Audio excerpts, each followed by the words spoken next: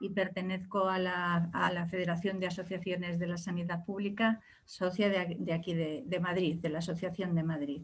Bueno, la mesa de hoy trata sobre la atención sociosanitaria y es la última que cierra las 37 jornadas de debate sobre la sanidad pública, salud y políticas de salud en el entorno de la pandemia COVID-19. El tema que hoy nos trae, desde luego, lamentablemente se ha puesto de nuevo de actualidad. Es un tema que nunca ha acabado de estar bien resuelto, la atención sociosanitaria, pero bueno, pues precisamente por estar una cosa que en principio es una gran virtud, un país envejecido, con la fragilidad que eso trae consigo, la supervivencia, enfermedades crónicas y la dependencia, esto ha hecho que este sector de población mayor de 70 años haya sido especialmente golpeado por el COVID. Y desde aquí quiero aprovecharlo primero para dar un recuerdo y un abrazo a todas las víctimas del COVID y a sus familiares y a las personas que habéis estado en primera línea de atención también.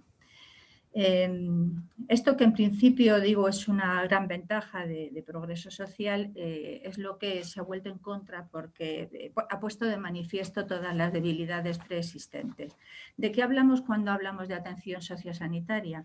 Pues esto se define en el artículo 14 de la Ley de Cohesión y Calidad como el conjunto de cuidados destinados a aquellos enfermos generalmente crónicos que por sus especiales características pueden beneficiarse de la actuación simultánea y sinérgica de los servicios sanitarios y sociales para aumentar su autonomía, paliar sus limitaciones o sufrimientos y facilitar su reinserción social. Y señala que esto será garantizado por servicios sanitarios y sociales a través de la adecuada coordinación entre administraciones públicas. Bueno, esto que es del 2003, seguimos eternamente hablando de ello y no hemos dado, salvo experiencias limitadas, no hemos avanzado demasiado y, como digo, lamentablemente todas las deficiencias ocurridas pues se han puesto de manifiesto con el COVID. Todas las debilidades preexistentes y algunas decisiones éticas cuestionables que han impedido o que impidieron el traslado de personas desde las residencias a los hospitales. Bueno, pero como de toda crisis se sacan lecciones y esa es una oportunidad, vamos a reflexionar aquí sobre todo ello. La mesa me parece que tiene un perfil muy interesante en cuanto a perfiles profesionales y en cuanto también a gente que está en activo actualmente y gente que viene trabajando estos temas pues desde hace tiempo. Recordaros que las intervenciones eran de 15 minutos. Recordaros a las personas del público que por favor os silenciéis los micrófonos y que hagáis las preguntas por el chat de manera que yo luego las pueda recoger y pasárselas a cada una de las personas. En primer lugar, el orden va a ser Maribel Coma, después Eduardo Zafra, Emi Vicente y Marcos Gutiérrez. Luego os los iré presentando de uno en uno porque si no nos vamos a perder. Bueno, en primer lugar, Maribel Coma Sánchez es enfermera de Islas Baleares, ya está jubilada, ha trabajado en el Hospital de San Pablo de Barcelona, en el Hospital Príncipes de España de Barcelona, en el Hospital Son Dureta de Palma de Mallorca y en el Hospital Psiquiátrico de Palma de Mallorca. Y sobre todo, ella tiene experiencia directa de lo que significa el cuidado.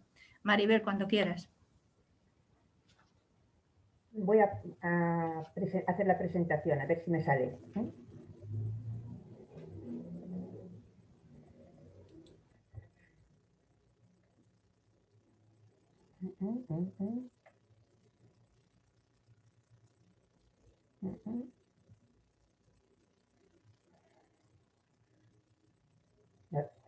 Ahora no llego a...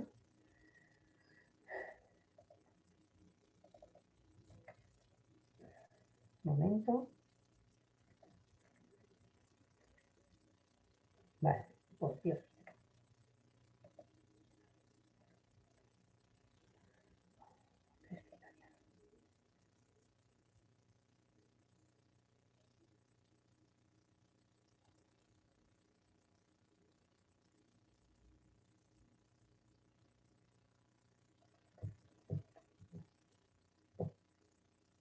Perdonad, pero no encuentro cómo tengo que acceder a mi presentación. Tengo que salir de aquí. ¿Me decís cómo? Las presentaciones lo mejor es abrirlas previamente en el escritorio y luego cuando pongas compartir presentación ya te colocan el escritorio, ¿sabes?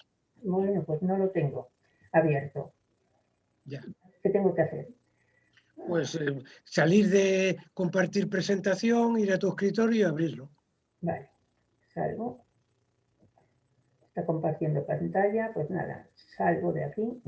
No, salgo. Lo siento, estoy perdiendo tiempo. Y eso que lo había ensayado. Cierra todo eso, Maribel. Sí, cierro. Cierra todo. Lo cierro todo. ¿Y qué hago? Busca tu presentación, que la tendrás en un... La tengo en el escritorio. Pues quítalo de compartir presentación. Es que ahora mismo no me sale. Me sale que estoy compartiendo. Dejar de, vale. Ahí. Voy. Ahora, te vas al escritorio, sí. a tu escritorio, abres la presentación en el escritorio y luego das a compartir presentación. Vale. El escritorio. Que no la veo. No la veo. ¿Qué pasa aquí? Lo siento, pero no la veo. ¿Es posible que sea este?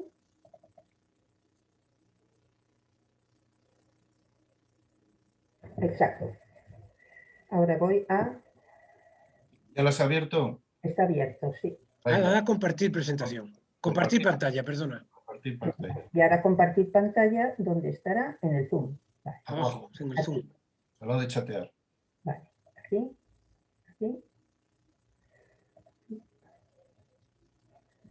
Compartir pantalla.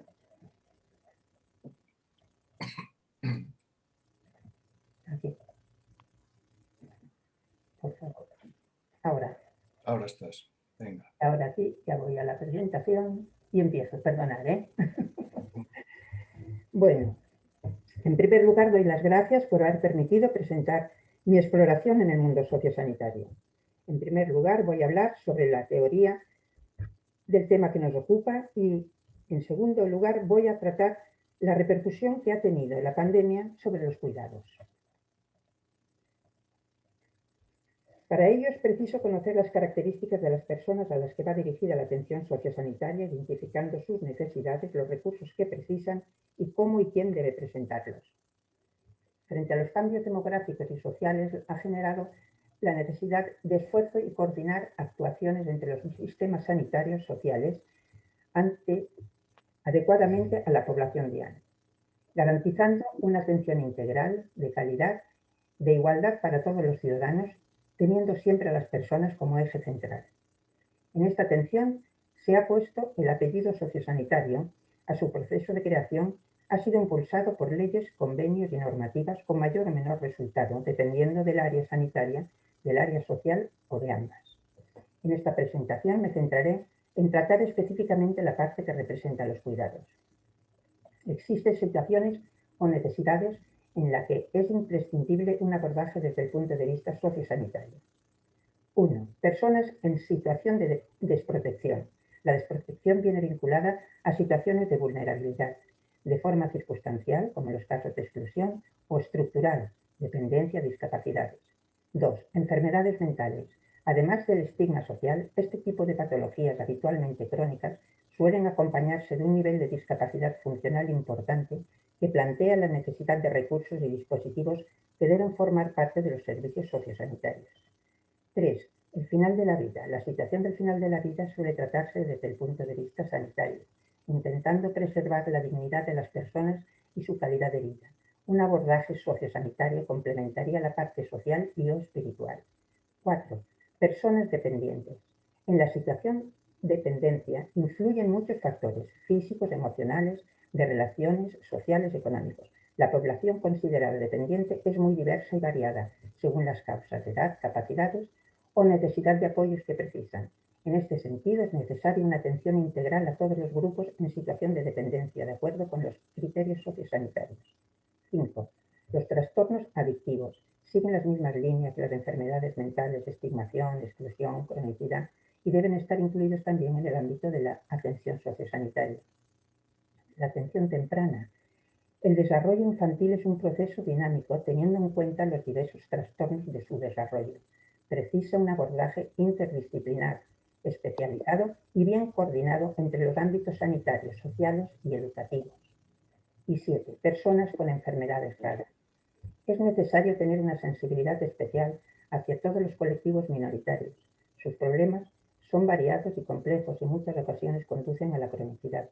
En la actualidad este colectivo es poco visible en la administración pública y de ahí que no se contemplen en el tratamiento integral sociosanitario. Una parte de los grupos referenciados requieren cuidados continuos de larga duración. Si esto se afrontara, los problemas de salud al inicio de los mismos, atendiéndolos desde un punto de vista sanitario y social, seguramente se evitarían situaciones de cronicidad y necesidades de cuidados continuos. Los tipos de recursos sociosanitarios. Nada más los voy a enumerar para recortar lo que es el tiempo. Son los que están definidos en nuestra comunidad. Unidad de valoración sociosanitaria, unidad de media estancia, unidad de larga estancia, equipo soporte y atención domiciliario, hospital de día, residencias asistidas, servicios de ayuda a domicilio, centros de día, atención primaria. En nuestra comunidad el modelo sociosanitario está en desarrollo y necesita financiación, formalizar y optimizar la coordinación entre los diferentes elementos, aumentar las camas públicas de larga estancia, incrementar y facilitar el acceso a los recursos sociales y arraigar la cultura sociosanitaria entre los profesionales del sector. El equipo multidisciplinar. Para que una persona sea atendida de forma armónica, integral y global, requiere intervención de distintos profesionales especializados en la atención de cada problema, con diferentes puntos de vista. Normalmente son médicos, enfermeras, trabajadores sociales, fisioterapeutas, terapeutas ocupacionales, psicólogos, logopedas, etc. La atención interdisciplinar, el trabajo en equipo y la comunicación entre todas las partes implicadas en el proceso es fundamental en el modelo sociosanitario. Es importante tener en cuenta la igualdad de valor aportado por los diferentes profesionales que la conforman. La comunicación entre los componentes del equipo multidisciplinar. Y hasta aquí está el marco teórico. La repercusión de la pandemia sobre los cuidados. La rápida evolución de la pandemia de la COVID-19 provocó en el gobierno declararse el estado de alarma el 14 de marzo del 2020, con la finalidad de afrontar una situación de emergencia sanitaria, una medida extraordinaria dentro de una crisis sin precedentes de enorme magnitud que ha dejado al descubierto el problema estructural de la afección sociosanitaria. La situación de las personas de edad avanzada durante esta pandemia ha sido terrible y expuesta de forma mediática y que ya la continuarán explicando los compañeros que van detrás. Sin embargo, en este punto de mi presentación quiero hacer visibles las consecuencias de que esta ha tenido en las mujeres, vinculadas al ámbito de los cuidados comunitarios, tanto en el espacio doméstico como en el laboral.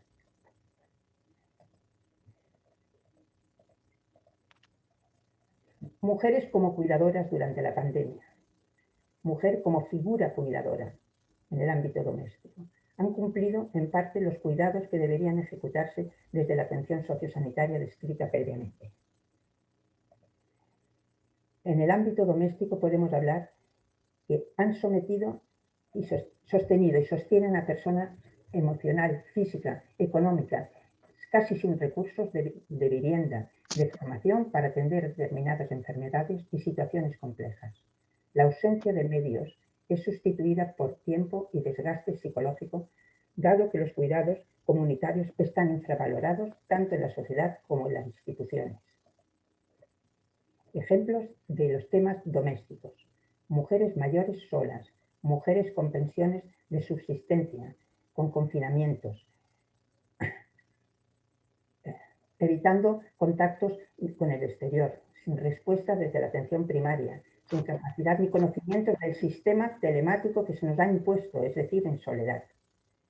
Otro grupo es las mujeres, niñas y niños víctimas de violencia machista, conviviendo juntos a los maltratadores las 24 horas del día, confinados, intentando las madres evitar que las agresiones se trasladen a los niños. Mujeres que cuidan a familiares con enfermedades crónicas o diversidad funcional. De salud mental, adicciones, perdón. Ahí están todo el paquete de las... Perdonad un segundo, que se me ha ido el tema.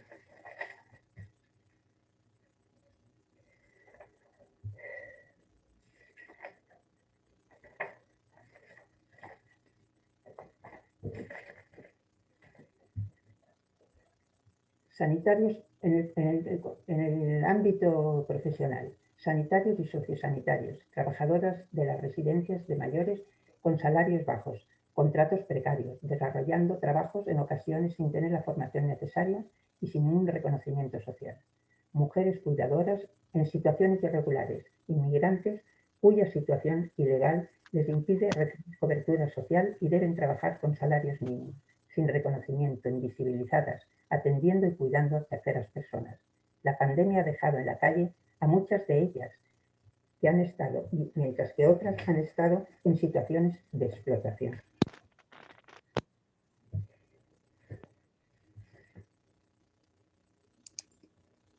Conclusiones. La feminización de los cuidados se traduce en condiciones laborales precarias, injustas, basadas en menosprecio a las tareas que implican. En la vida cotidiana las mujeres asumen trabajos de cuidado en condiciones adversas, difíciles de paliar, compensar en sistemas deficientes que han empeorado a raíz de la situación. Es necesario apostar por lo público, revalorizar la economía, socialmente los cuidados comunitarios, priorizando los colectivos más vulnerables y dirigiéndonos a los cambios de la estructura actual. No olvidar que muchos de estos cuidados no se están aportando desde la atención sociosanitaria y que, a la espera de una mejor cobertura en este sentido, es necesario, al menos, proporcionar un soporte a los cuidadores, lo que se llama cuidar al cuidador. Los principios de justicia, equidad y transparencia deberían ser incluidos en el futuro planes de respuesta ante próximas pandemias, así como las lecciones aprendidas. Muchas gracias por atenderme. No sé si he cubierto el horario.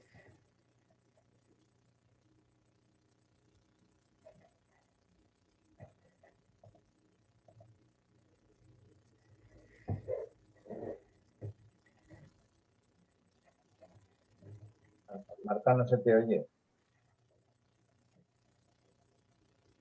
Marta, tienes que abrir el micro. Ya, sí, es que me lo había silenciado por si sonaba algún teléfono. Bueno, presento a Eduardo Zafra, que interviene a continuación. Es médico y máster en salud pública, ha sido director de gestión sanitaria de la Consellería de Sanidad y jefe de servicio de atención sociosanitaria. Es miembro de la Asociación Ciudadana de Defensa de la Sanidad Pública del País Valencià y también es vocal del Consejo Valenciano de Personas Mayores. Cuando quieras, Eduardo. Muchas gracias, Marta, y muchas gracias a la Federación por organizar estas jornadas y poder poner en común tantas preocupaciones, ¿no?, como tenemos en el sistema sanitario, en este caso en el sociosanitario.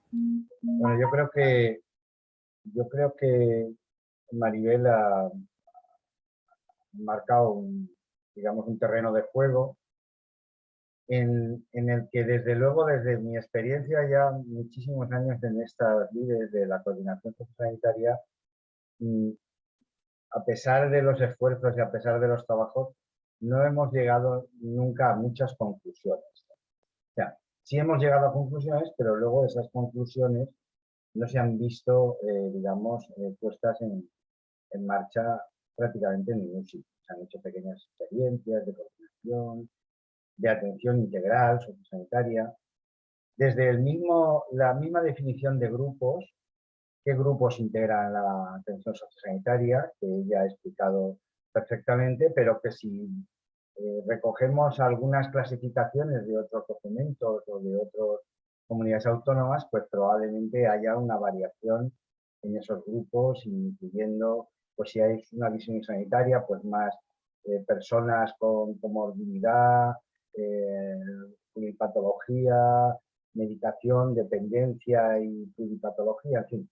Hay muchísima miscelánea con respecto a eso y no digamos ya en cuanto a los recursos que cada, digamos, servicio de salud autonómico ha puesto en marcha para favorecer o facilitar esta coordinación. Ya he expuesto los de Baleares, pero bueno, en cada sitio a lo mejor le llamamos de manera diferente, pero todos vienen a cubrir ese hueco que el servicio sanitario normal y que la asistencia social, por otra parte, o la atención social, en un momento han producido de manera continua.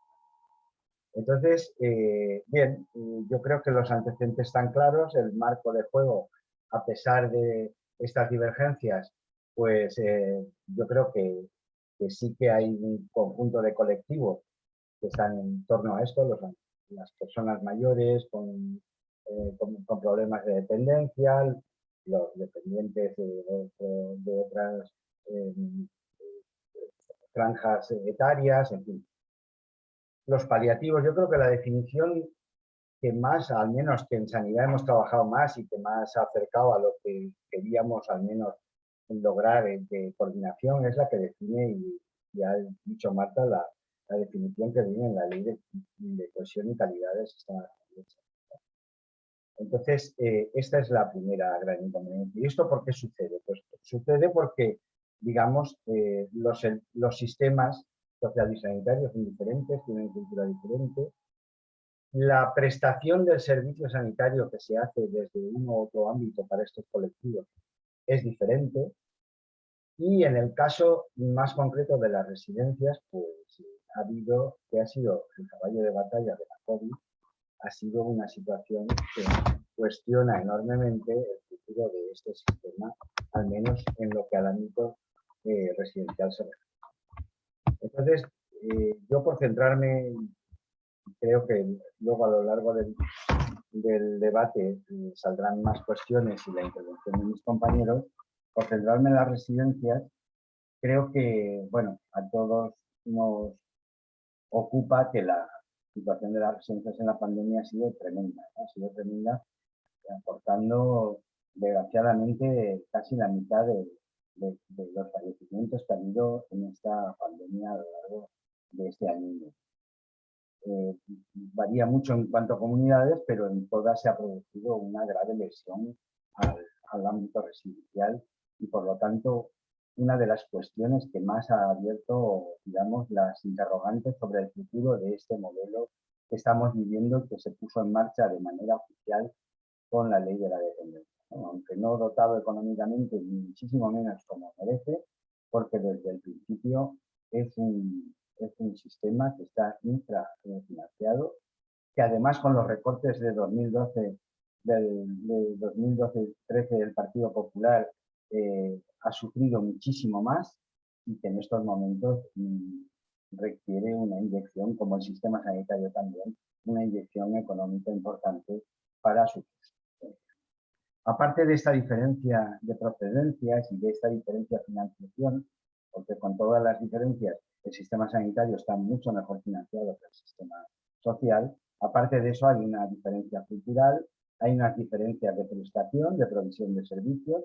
El sistema sanitario es mayoritariamente público, el sistema residencial o sociosanitario en general, porque también ayuda a estudio, que se envía una parte importante de la atención sociosanitaria, la mayoría también es de origen privado, y aparte de eso, digamos, la profesionalización y la consideración social de todo el entorno de los trabajadores de ambos sistemas, pues es muy...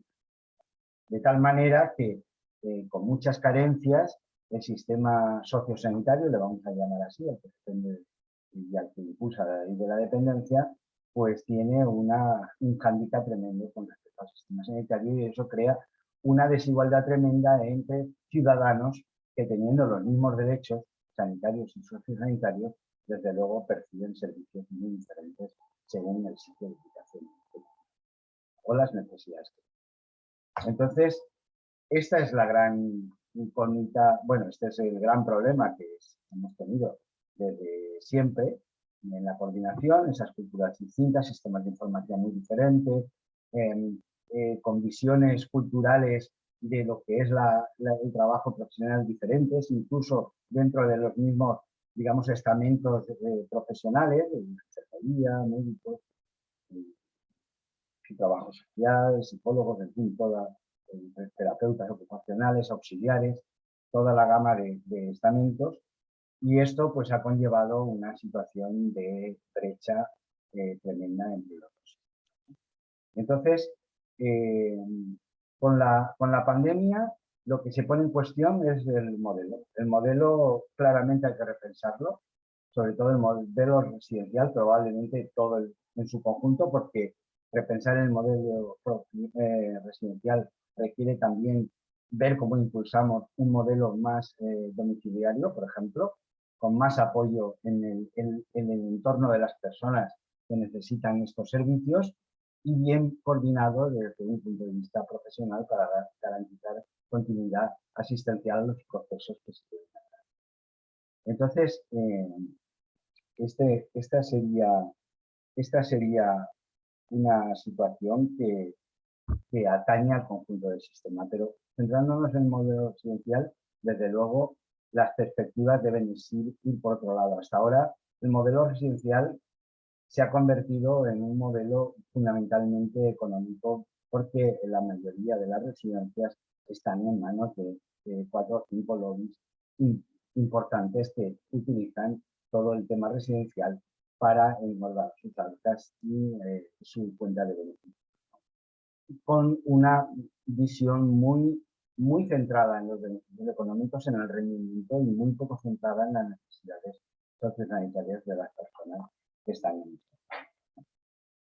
Eso quiere decir que probablemente haya que hacer un análisis de cómo ha ido la COVID, tanto en el ámbito de las residencias privadas como en el de las públicas, y probablemente encontraremos diferencias, pero indudablemente es un estudio que hay que hacer, y probablemente esto nos dirá que las diferencias han sido importantes y han sido brechas que se han constituido en función de, digamos, la financiación, el ratio de personal por residente, etc. Entonces, no solo el modelo residencial, no solo ir avanzando hacia una progresiva reversión de lo privado a lo público, cosa que a mí me parece que en el terreno residencial no es una cosa que vaya a ocurrir, ni muchísimo menos en un corto medio plazo, sino si se plantea sería un tema a largo plazo. Mientras tanto, exigir una serie de, digamos, de requisitos y de situaciones que eviten esa concentración en pocas manos de las camas residenciales, de las plazas residenciales, y desde luego hacer muchísimo más humano, muchísimo más incardinadas en su entorno este tipo de centros, y con una prestación sanitaria que desde luego tiene que acabar con esta dualidad que estamos teniendo actualmente. Ya sé que este tema de la prestación sanitaria es un tema controvertido, porque eso requiere un incremento importante de los recursos sanitarios, requiere un incremento importante y un aumento de las funciones, por ejemplo, de los equipos de atención primaria, que se pudieran hacer cargo de la prestación sanitaria de estas residencias, y requiere también, indudablemente, un acuerdo, un acuerdo sería la palabra, entre la parte pública y la parte privada, que ahora las provee y que las va a seguir produciendo a lo largo de bastante tiempo. Requiere un acuerdo para que nuestros profesionales puedan trabajar en el ámbito de lo privado y imponiendo los criterios de calidad que en estos momentos tenemos en el ámbito sanitario con receta social. Esto sería un poco, digamos, la situación estrella. Entonces, no quiero plantear muchos más temas, pero básicamente sería ese, cosas que la pandemia ha puesto en entredicho y que de alguna manera requieren una reflexión y requieren no solo una reflexión, sino una toma en consideración y poner medidas para paliarlo, es aumentar la financiación. El sistema está muy mal financiado, muy escasamente financiado. Eso favorece, por otra parte, la concentración de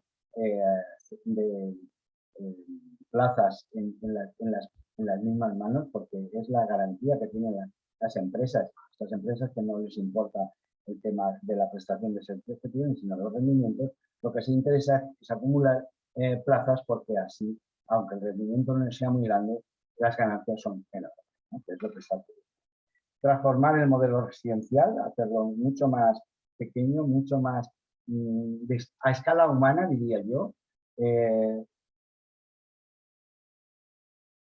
Plantear el tema del personal de las residencias, su formación, la exigencia de que tengan una equiparación a nivel salarial con la parte sanitaria, porque si no es imposible, no es posible mantener desde el punto de vista salarial esta brecha tan enorme entre un sistema u otro, porque evidentemente el sistema sanitario drena hacia sí todo lo que en un momento determinado puede proporcionar el sistema social en cuanto a recursos humanos y efectivos.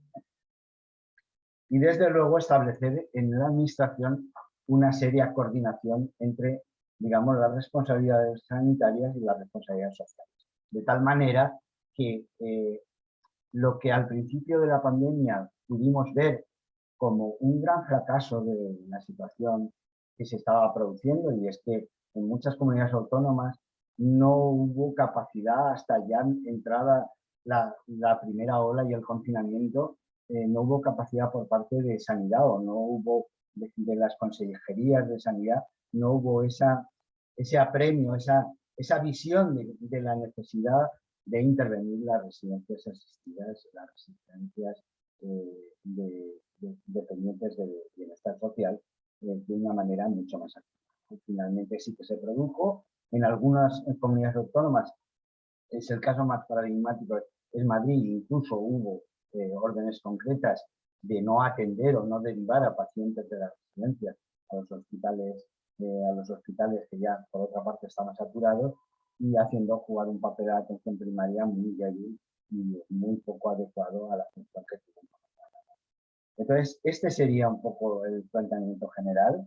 Esta coordinación entre el sistema sanitario y social debería de conllevar pues, una planificación conjunta que no, por otra parte, no existe. Nosotros venimos en ACDESA y desde luego en el ámbito profesional que yo me he dedicado durante muchos años exigiendo una planificación territorial conjunta, que el mapa sanitario de ambos sistemas coincidiera y que permitiera elaborar conjuntamente en función de las necesidades de la población cuáles serían los recursos y los procedimientos más adecuados. Y también requiere, a nivel de cada área de salud, de cada departamento, de cada distrito, como se llame cada uno de los digamos, entes territoriales en los que la sanidad se vive en cada comunidad autónoma, que haya una coordinación estrecha a nivel de microgestión, incluso a nivel profesional, con protocolos claros de derivación, con protocolos claros de ayuda y con protocolos claros de atención, tanto a nivel, digamos, rutinario como a nivel de grandes contingencias, como ha ocurrido con la pandemia. Y bueno, creo que como pinceladas, el resto, de que tenga ganas, yo creo que el documento que al final hemos realizado recoge bastante bien cuáles son los problemas que se han manifestado y cuáles son las posibles soluciones, y desde luego para poder abrir una intervención yo creo que ya es.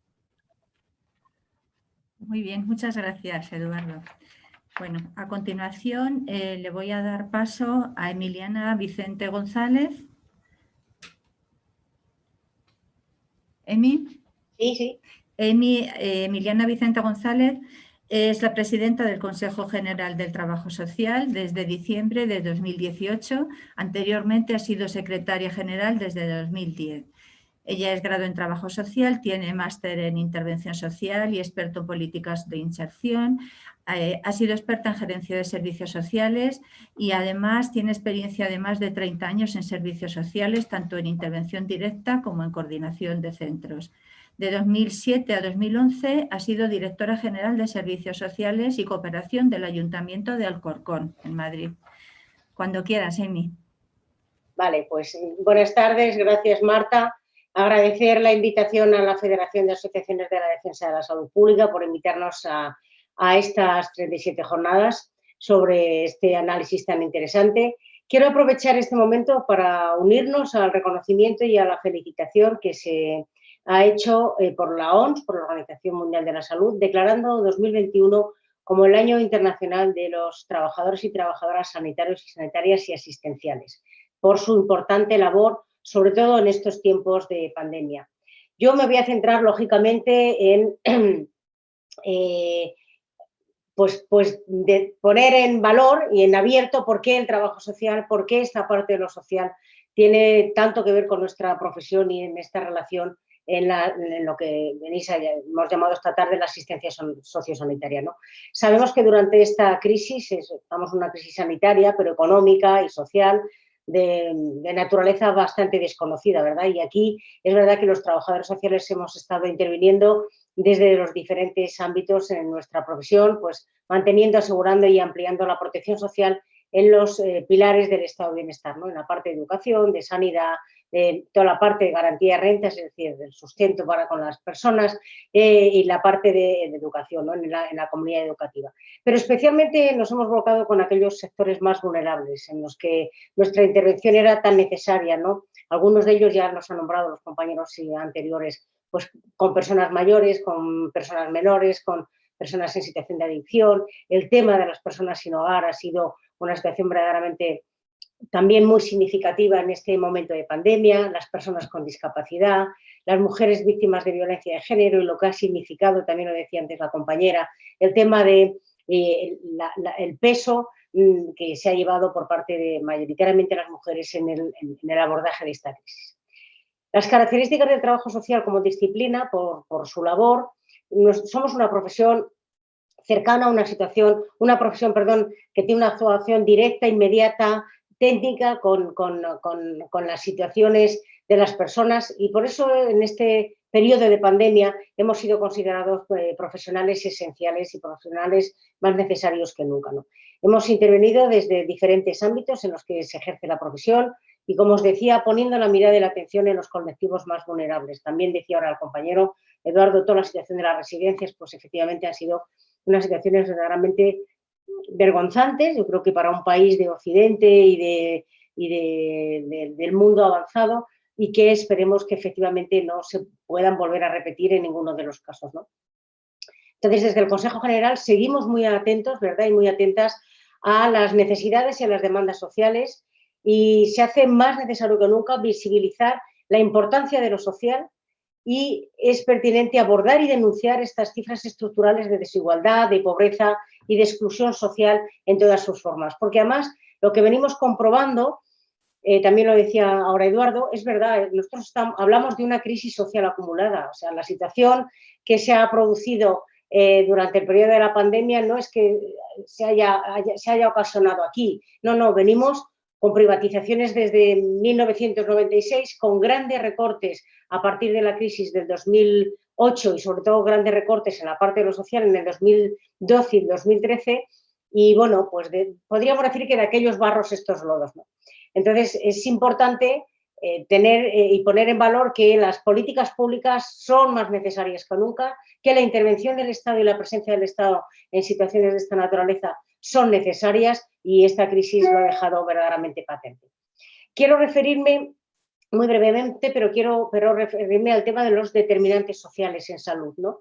Los describe la OMS como aquellas circunstancias en que las personas nacen, crecen, viven, trabajan y envejecen, incluido el sistema de salud. Esas circunstancias son el resultado de la distribución del dinero, el poder, los recursos a nivel mundial, nacional, local, que depende a su vez de las políticas que se adopten, ¿no? Como veíamos antes con el tema el modelo, ¿no?, residencial, pues efectivamente estamos ante una situación verdaderamente preocupante porque las residencias han pasado a formar parte del mundo financiero, fundamentalmente, y aquí se pierde el aspecto más humano, más personal de la atención a los colectivos, en este caso hablamos de las residencias de mayores, ¿no?, pero en general podríamos decirlo. Por tanto, los determinantes sociales son esas condiciones socioeconómicas, culturales, medioambientales, en las que conviven las personas y que influyen directamente en sus aspectos de salud, ¿no? Quienes trabajan y abordan más el tema de los determinantes sociales indican que en muchas de las ocasiones es más determinante el código postal que el código genético en las personas, ¿no? El estilo de vida, las relaciones familiares, las relaciones con el entorno, el acceso a los recursos sociales o sociosanitarios tienen un impacto directo en las desigualdades con la salud y con el bienestar de las personas, claramente, ¿no? Las desigualdades están aumentando, sobre todo en las situaciones sobrevenidas, agudizadas, dijéramos, por el tema de la COVID-19, ¿no?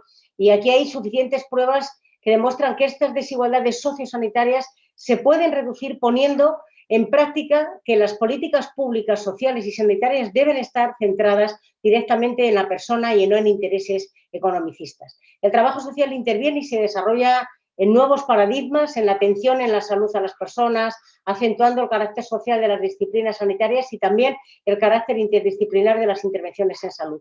Esta interdisciplinaridad sitúa al trabajo social como la profesión de referencia para la parte social de la asistencia sociosanitaria. En el espacio en el que estamos esta tarde, ¿no?, de la asistencia sociosanitaria, una pincelada muy rápida, la atención sociosanitaria, ¿no?, este compromiso de las administraciones sanitarias y del sistema de servicios sociales para dar respuesta a las personas que por tener patologías clínicas crónicas o diferentes situaciones sociales que confluyan, requieren de una manera muy concreta y muy simultánea la atención de ambas direcciones, ¿no? A diferencia del tema de la coordinación sociosanitaria, que también lo comentaban antes tanto Maribel como Eduardo, que como bien decimos, ¿no?, hablamos mucho de ello, pero yo creo que avanzamos más bien poco, ¿no? La propia OMS lo pone en valor y habla de esta necesidad, de esta coordinación entre los diferentes sistemas.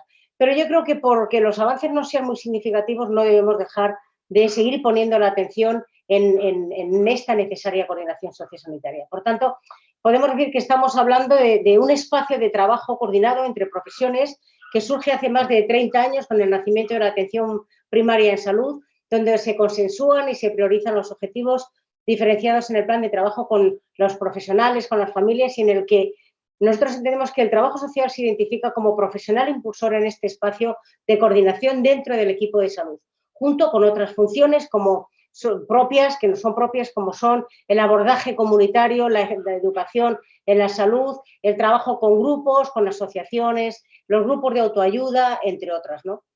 Este espacio propicia un trabajo en red interprofesional e intersectorial donde se incluyen tanto a la administración pública como al ámbito privado y al tercer sector. Por tanto, esta coordinación sociosanitaria, nosotros lo que creemos es que debe ser un derecho de la persona y que tenemos que seguir poniendo esta mirada, esta atención y haciendo presión desde todos los escenarios, como es esta tarde también, para avanzar en esta dirección. La coordinación sociosanitaria es una reivindicación histórica del trabajo social porque consideramos que se debe atender a las personas desde una mirada holística. De hecho, así se recoge en nuestro código deontológico en el artículo 24. En el ámbito de la salud se puede correr el riesgo de perder la perspectiva de lo social. Por ello, los trabajadores sociales colaboramos coordinadamente con otros profesionales sanitarios para que el trabajo multidisciplinar sea lo más ajustado posible a las necesidades de cada persona, ¿no? Existe una necesidad real de esa coordinación entre los diferentes organismos, tanto a nivel asistencial como en las necesidades más básicas, como ha pasado en este periodo de pandemia, ¿no? Cubrir necesidades verdaderamente básicas de cuidados, de alternativas a centros, de permanencia en centros, cuidados de menores, de problemas de aislamiento, problemas de hacinamiento. El tema de las residencias es un claro ejemplo de esta cuestión, ¿no? Entonces, desde este espacio de la coordinación sociosanitaria, Nosotros desde el Consejo General venimos trabajando coordinadamente con la plataforma de cronicidad, con la plataforma de organización de pacientes, la Asociación de Parkinson, Asociación Española contra el Cáncer, la Fundación UMAS, en fin, sabemos que tenemos que tejer alianzas y estrategias para seguir avanzando en esta dirección. En este espacio hago una mención expresa al desempeño del trabajo social sanitario, ¿no? Dentro de mi profesión, de nuestra profesión, hay varios ámbitos de desarrollo y uno de ellos es el trabajo social sanitario. Nuestra profesión incide e interviene en la necesidad de reducir las desigualdades sociales y sanitarias y para ello actúa de manera continua sobre los determinantes sociales en la salud, ¿no? Dentro del hospital, de atención primaria, de salud mental, en cuidados paliativos o en salud pública, como he indicado anteriormente. El trabajo social tiene el potencial de ser el profesional presente en los dos sistemas, implicados en la intervención social, tanto en el sistema público de servicios sociales como en el sistema público de salud. Esto nos hace tener una mirada privilegiada y poder defender y potenciar ese papel de enlace entre los sistemas tan necesarios en estos momentos. El trabajo social es una profesión vinculada desde sus orígenes a la ciencia médica y al ámbito sanitario. Aparece en los años 50 a través de los servicios de asistencia social en los hospitales y siendo reconocido en los años 70 sus funciones en los hospitales. Como profesión titulada, regulada y colegiada, contribuimos a mejorar la eficacia de los servicios sanitarios y adecuar la estructura preventiva asistencial al progreso científico y también tecnológico, que en estos momentos va a tener una presencia y un papel bien importante. Por tanto, creemos que es importante estar en el ámbito de esta coordinación sociosanitaria, en la atención primaria, también en la estrategia de cronicidad. Es preciso trabajar con las personas, con las familias, con el entorno social donde estas situaciones de cronicidad, en el caso de la cronicidad, desde el momento mismo del diagnóstico, conocer su valoración y ver todo el recorrido, de tal manera que cuando una persona en una situación de cronicidad pues avance hacia un espacio de, bueno, pues de tener que tener una atención más específica, pues este trabajo coordinado lo tengamos bien articulado, ¿no? Y quiero hacer dos referencias muy claras en este momento de la pandemia, desde el trabajo social, más allá de la intervención que hemos tenido en los hospitales, pero ha sido en todo el tema del rastreamiento y tocaré también muy de rápido el tema de la salud mental. Y digo lo del rastreamiento, nosotros nos ofrecimos al Ministerio que podíamos ser en estos momentos también una profesión que viniera a acompañar este proceso y ver cómo avanzábamos en una situación tan compleja como la situación de contagios y demás, ¿no?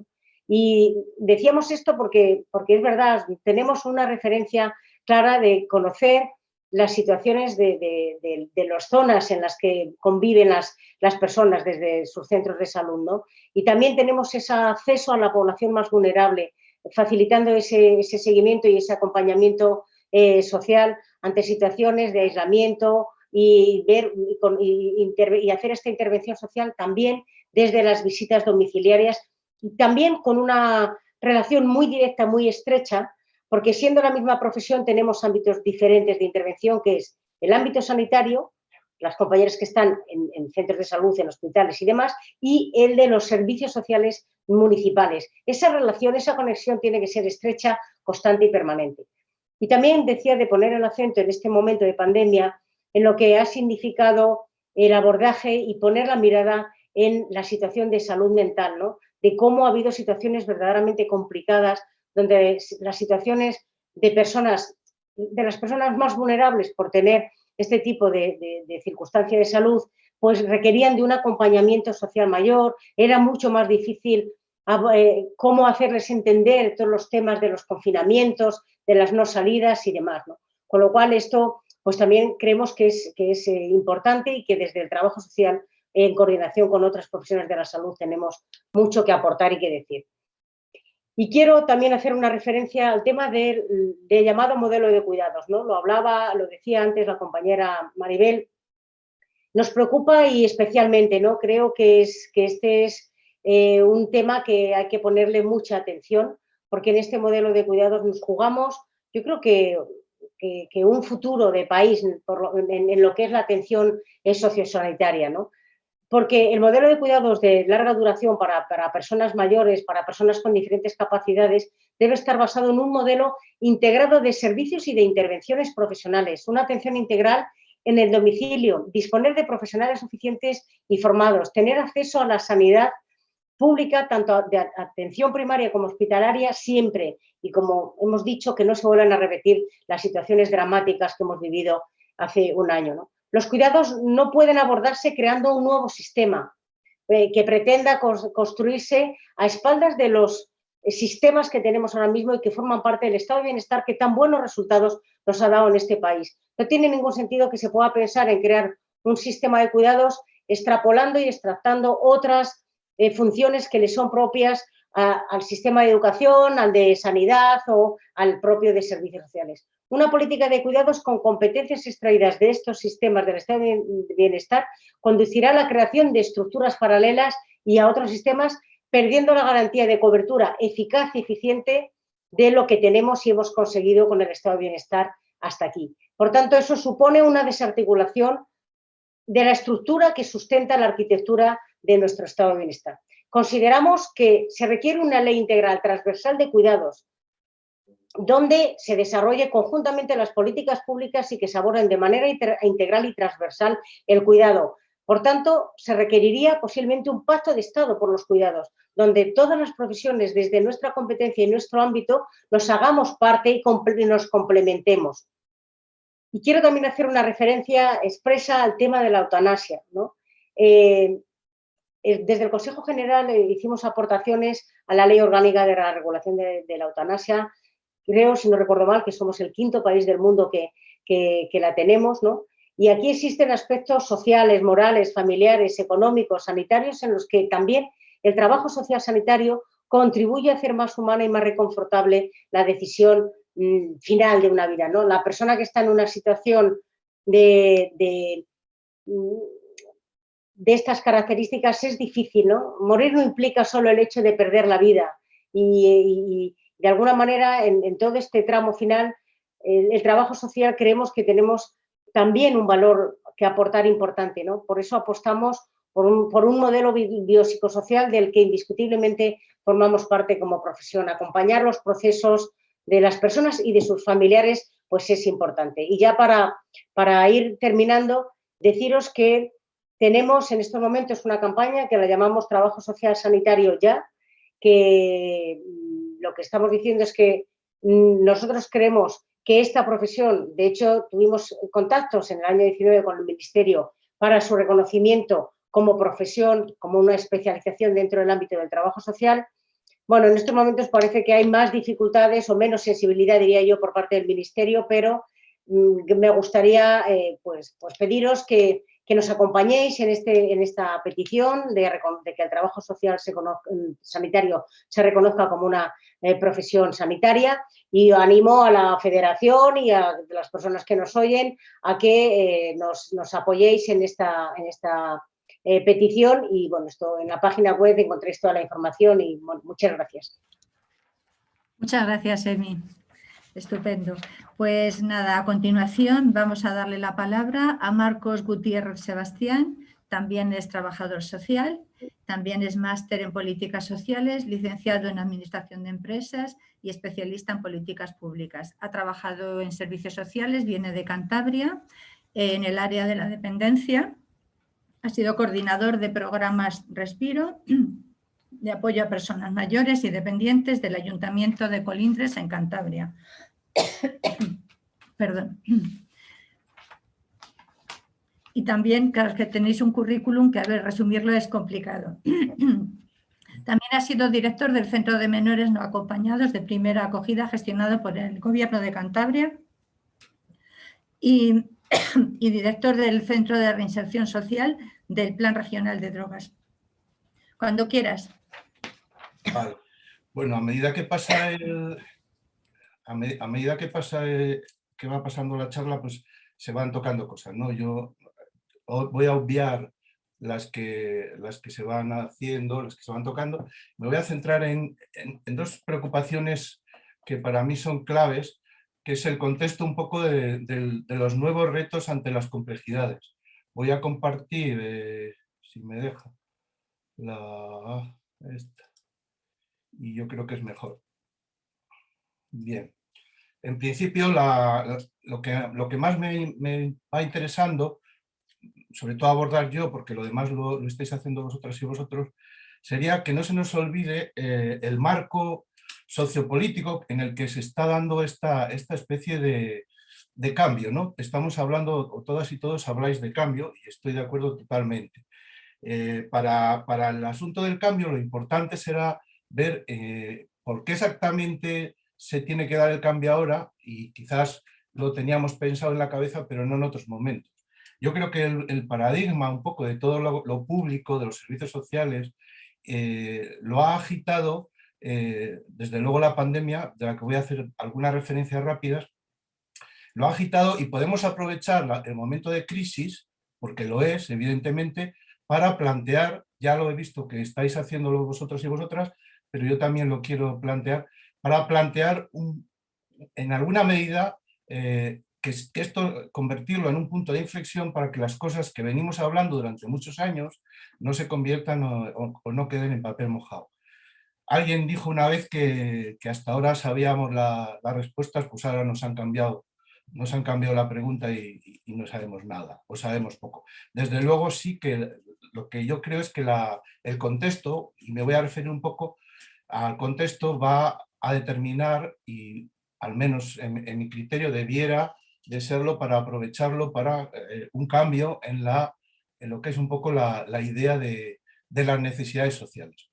Bueno, yo creo que voy muy deprisa en esto, pero simplemente que no se nos olvide en qué momento y cómo ha sido tratado mediante la prensa lo que ha sido todo el asunto de la pandemia, que podemos decir, o yo al menos así lo califico, que ha sido una cuestión de hipertema, es decir, no había más tema que la pandemia, era importante, por supuesto, pero de ese hipertema se pasó al paratema. Y en esa especie de batalla confusa de los medios de comunicación entre hipertema, que lo domina todo, y paratema, que ya parece que no hay más que eso, desde luego los compromisos de la salubridad y los compromisos de los cuidados se iban diluyendo. Mi opinión sobre el amarillismo de la información, desde luego, puede parecer muy radical, pero yo creo que la difusión amarillista de la información ha contribuido muy poco a la cultura de poder cuidar y de poder planificar, y mucho al pánico social.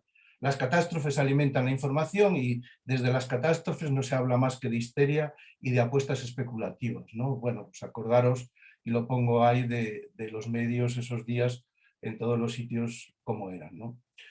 Hay que hablar de lo político, puesto que lo que vamos a hacer después va a ser, o pretendemos hacer después, por lo que os voy escuchando a todas y a todos, va a ser en este marco, y no parece que va a haber otro, pero desde luego la calificación de incompetencia política y administrativa yo creo que es un consenso general, piense lo que piense cada uno, ¿no?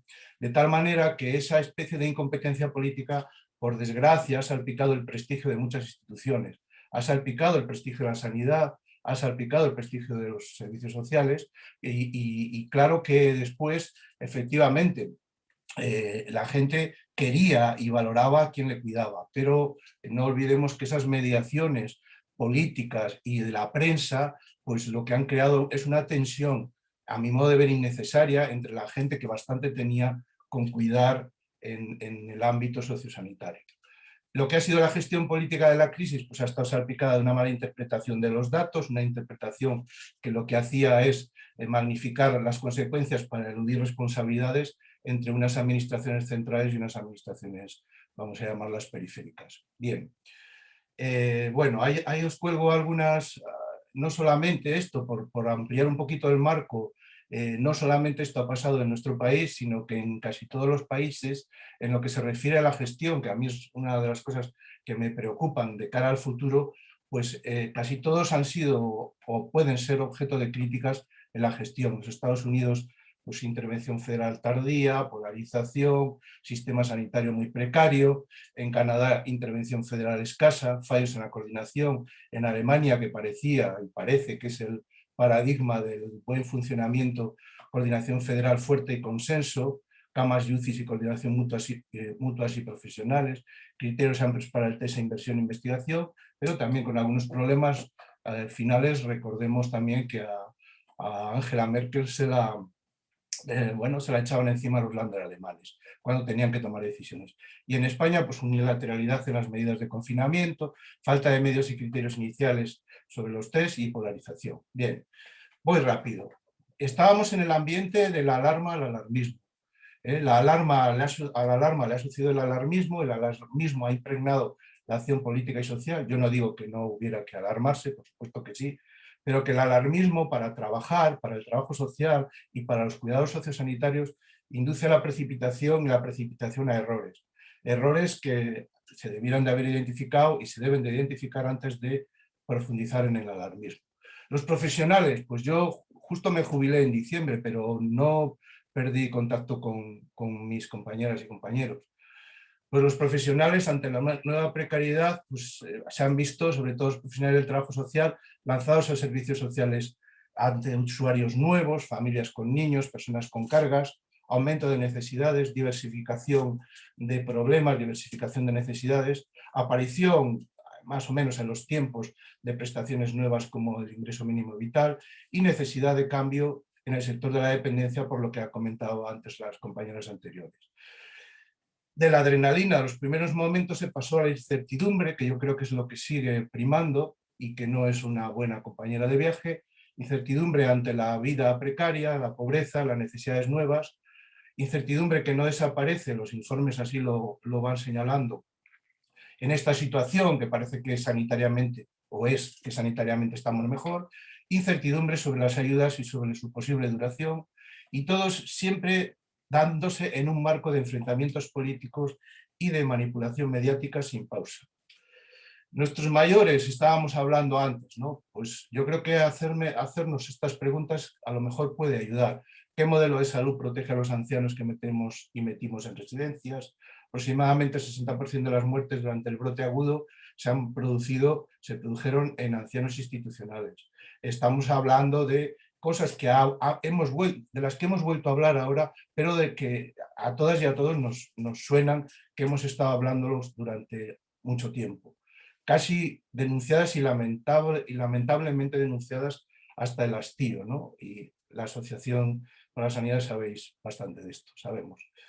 Los profesionales se han visto obligados a trabajar en unas condiciones lamentables. Si hablamos de las residencias sociosanitarias, pues todos vimos lo que había significado los recortes y cómo en los momentos más duros de la pandemia, pues en realidad se empezaron a ver aquellas radiografías de los centros, sobre todo Madrid y Cataluña, y no solo de una manera bestial. No me centro mucho en eso.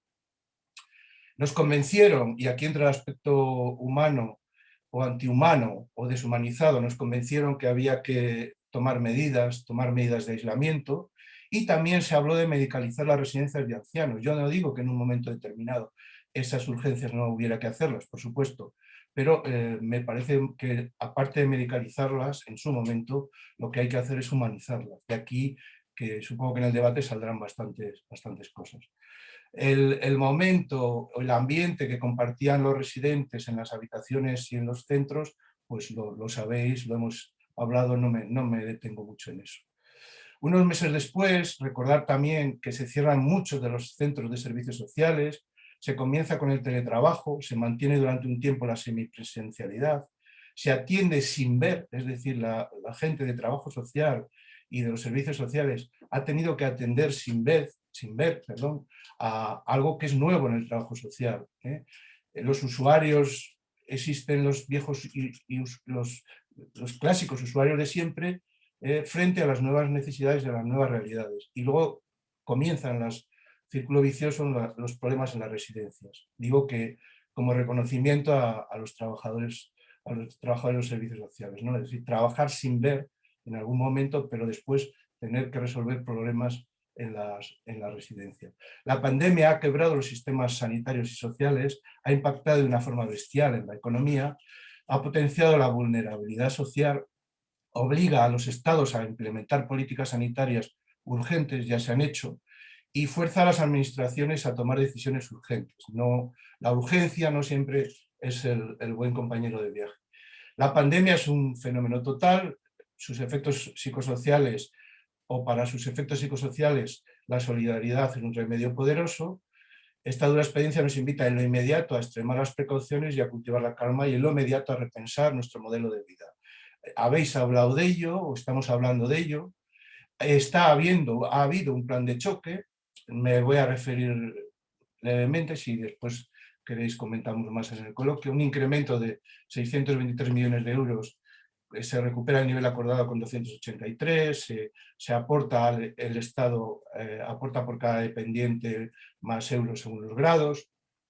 El objetivo fundamental del plan de choque es reducir las listas de espera y los trámites, priorizando sobre todo la reducción de las listas de espera.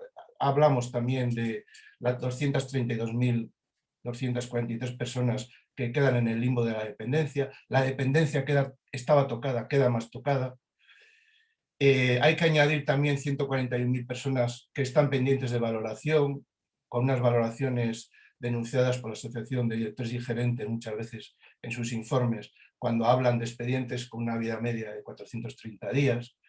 El plan de choque cuenta con, o en el plan de choque se hacen las contabilizaciones de 1 millón y pico de personas dependientes, el 3% de la población, el 6% es menor de edad, el 21,5% tiene entre 18 y 65 años. El Consejo Económico y Social recuerda que en el 19 se había reconocido el derecho a la atención a la dependencia de 1,3 personas. Es decir, ese plan de choque, que es importante, que duda cabe, y que se pedía, sigue dejando o señalando, sirviendo también como de señal de que muchas de las políticas sociales que ya arrastrábamos de manera desgraciada y con poco éxito, pues las tenemos que retomar. Bien, me voy a centrar ya en la última parte, de lo urgente a lo prioritario. Necesitamos una atención integral, hay que volver a dar peso, y lo habéis comentado, al domicilio como elemento de cuidado, hay que transformar los modelos asistenciales y residenciales. Necesitamos hacer un diagnóstico desde el momento en el que nos encontramos, que no es cuando se sacó la ley de la dependencia, sino que es después de una pandemia que nos ha destrozado lo poco que teníamos junto con la sanidad, digamos, funcionando. Hay que incrementar las horas de atención domiciliarias, hay que incrementar la financiación. Seguimos siendo, en cuanto a políticas públicas, un país que no nos caracterizamos por un gasto público elevado. Tenemos la OCDE destina un 0,7, es decir, que tenemos el gasto público en los servicios sociales lejos de los niveles, por ejemplo, como Francia, Inglaterra, Alemania, Bélgica, Holanda o Suecia, sigue estando bajo mínimo. Las plazas, estamos hablando con 44 plazas por cada 1000 personas mayores de 65 años. Suecia, Bélgica, Holanda estaban hablando y están trabajando con ratios de 70 sobre 1000.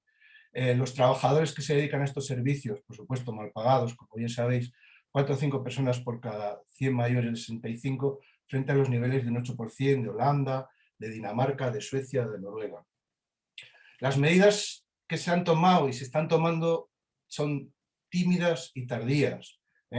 Es decir, tenemos 5.500 residencias para mayores con 380.000 plazas, un 4,2% de mayores de 65 años, y estas plazas están en centros que cuentan con financiación pública y que forman, por lo tanto, parte del sistema público de servicios sociales. Esto nos pone ante la cuestión de lo público y lo privado. Es decir, queramos o no, y a mí no es algo que me guste mucho menos, en algún momento ese asunto tiene que dejar de ser tabú, al menos en lo que se refiere a este momento que tenemos. Las residencias, pues hay que adaptar los espacios, hay que fomentar la autodeterminación y la capacidad de elección y control por parte de los usuarios. Todo esto ha quedado diezmado por las medidas urgentes y enérgicas, pero urgentes, que se han tenido que tomar. Hay que poner en marcha centros y unidades de pequeño tamaño. Las evidencias han indicado que los factores relacionados con cómo organizas el espacio se asocian a una mejor salud o a una peor salud de los usuarios. Hemos hablado de coordinación, por supuesto que estoy de acuerdo. Las residencias en ellas y fuera de ellas, la salud es un asunto integral en el que se conjugan aspectos ambientales y organizativos que van más allá de lo estrictamente sanitario. Cuando urgió tomar decisiones, se volvió a hablar de remedicalizar. Yo no niego que el modelo en algún momento se haya tenido que hacer una inversión sanitaria o las residencias se hayan tenido que imbuir de medidas sanitarias, pero el modelo sanitario en las residencias de nuestros mayores, y caminamos hacia poblaciones muy mayores, yo creo que tiene sus problemas. Hay que garantizar la coordinación sociosanitaria, pero en mi criterio, hay que ir a garantizar la seguridad, la salud y la calidad de vida de la gente residente, de las personas residentes. También cuidando sus necesidades y coordinando con los sanitarios, por supuesto. Y aquí viene un poco lo que quiero plantear, es decir, ¿es necesario un cambio de modelo residencial? Pues por supuesto. Las residencias no pueden ser esa especie de mezcla de cuartel-hospital, ¿no? que hemos sido hotel, ¿no? En los mejores de los casos, ¿no? Maite Sancho, que es una persona muy comprometida dentro del área del mundo residencial, dice, es el propio modelo el que debe ser revisado, ¿no? Hay entidades que ya están haciéndolo, que están desarrollando un trabajo serio para implantar progresivamente lo que conocéis y lo que se llama el modelo de atención centrado en la persona. Nuevos retos sociales, pues tenemos que resolver, no se nos olvide también el marco general del sistema de bienestar social, es decir, las amenazas que percibimos, que se perciben contra el sistema de bienestar social están ahí. La mayoría de las políticas de los gobiernos están destinadas a aportar dinero, subsidios, préstamos y no están centradas en resolver problemas. Debemos de aspirar a una política económica o políticas económicas que se enfoquen en problemas concretos. Necesitamos un nuevo modelo de sector público. Yo creo que el modelo de sector público, al menos en lo que se refiere al área más sociosanitaria que conozco, está quebrado. Es una tarea complicada porque hay que hablar de colaboración público-privada y sé que eso sigue siendo un tabú y es complicado. Hay que hablar también de usuarios, hay que hablar también vamos a decir, de lo común, de lo comunitario, que está totalmente olvidado. Y por eso yo creo que es fácil también en este momento, o es bueno o es necesario implicar a los ciudadanos en los proyectos locales, que será más fácil que los grandes proyectos generales que vienen de las instituciones generales del Estado y de la Administración. Y es donde podemos aprender, porque la gente se reúne, nos reunimos en sectores y detectamos necesidades que también detectan los profesionales, y eso puede ser un buen caldo de cultivo para poner en común nuestras necesidades, para que no, digamos, lo políticamente global no nos desborde. Cuando lo que se pretende es definir una misión social como la que tenemos delante, que sería compartir la desigualdad, enfrentarnos a nuevas pandemias, es necesaria la participación. Si no, la gente se va a desentender y no va a cambiar, se va a resistir, porque hay que hacer cosas nuevas que posiblemente a las cuales casi nadie estamos acostumbrados. Olmos creo que insistía, el sistema debe ser capaz de recuperar la orientación hacia el envejecimiento y la cronicidad, capaz de aplicar un plan de choque para reponer el daño que han sufrido las listas de espera. Bueno, todo esto lo sabemos y voy terminando, ¿no? Fernando Fantova, conocido por muchas y muchos de vosotros, decía, ahora quizá toca hacer algo diferente. Ya se venían acumulando las dudas sobre el sentido y planteamiento, funcionamiento general de la flota, dice él. Tenemos mucha información, hay cosas que han fracasado e instituciones públicas también. Creo que hay que también exigir a la administración cambios, que explore. Hay que reforzar la gobernanza. No puede ser que estemos 17 comunidades autónomas con estos pelos enfrentándonos en cuanto a las necesidades de los servicios sociosanitarios. Hay que caminar hacia unos servicios sociales universales. Hay que generar sinergias entre el mundo de los cuidados y las políticas de los profesionales y en mi criterio, volver la mirada a lo comunitario. Voy terminando. El peso del sector público es fundamental. Hay que garantizar el acceso a los bienes y servicios, sin eso nada. Necesidades que se van viendo, pues las políticas relacionadas con la esperanza de vida, la cogobernanza y sus dificultades, da mucha rabia, pero no, las administraciones no podemos estar enfrentándonos. la fragmentación de la sociedad, la aparición del desamparo, la xenofobia, las políticas hacia menores inmigrantes, la dependencia y las nuevas necesidades. Conclusiones. La mayoría de las políticas económicas de los gobiernos consisten en aportar dinero, préstamos, no se centran en resolver problemas. Yo creo que debemos de aspirar, estoy hablando más de lo social, a una política pública que se enfoque hacia estos problemas concretos y se oriente a resultados. Vienen los fondos, me preocupa cómo vamos a invertir, en qué marco, nos dedicaremos a arrojar dinero público desde un helicóptero, necesitamos participación social, necesitamos una política progresiva fiscal y necesitamos también una creación de riqueza. Sin creación de riqueza los servicios sociosanitarios cojearán. Quiero decir, he ido muy deprisa, no sé cómo he ido de tiempo, igual me he pasado, Marta, en el tiempo, no lo sé. Sí, un poquito más, pero bueno, no pasa pues nada. hay que... Ya. Nada, eso lo dejo ahí. Vale, perfecto. Los fondos, porque el otro no me da tiempo. Vale. Venga. Muy bien. Muchísimas gracias. Nada. Bueno, a ver, en cuanto a las preguntas que he ido recogiendo en el chat, la verdad es que casi todas las ha hecho Antonio Vergara y ahora al final una que ha hecho también Julio Alonso. Yo casi que, como las que ha hecho, creo que es interesante que cada uno desde vuestro punto de vista podáis aportar.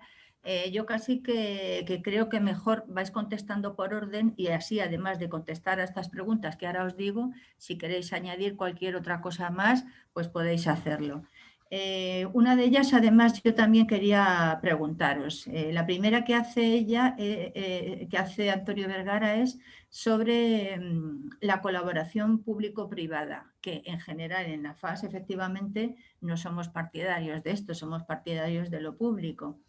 Él dice textualmente, en el espacio, esta palabra espacio ya sabéis que a mí me saltan algunas alarmas, eso sería más factible, desde luego en el de sanidad no. Y también pregunta en concreto a Emi, aunque ya digo que ahora creo que os voy a dar la palabra por turnos porque creo que todas está bien que podáis contestar.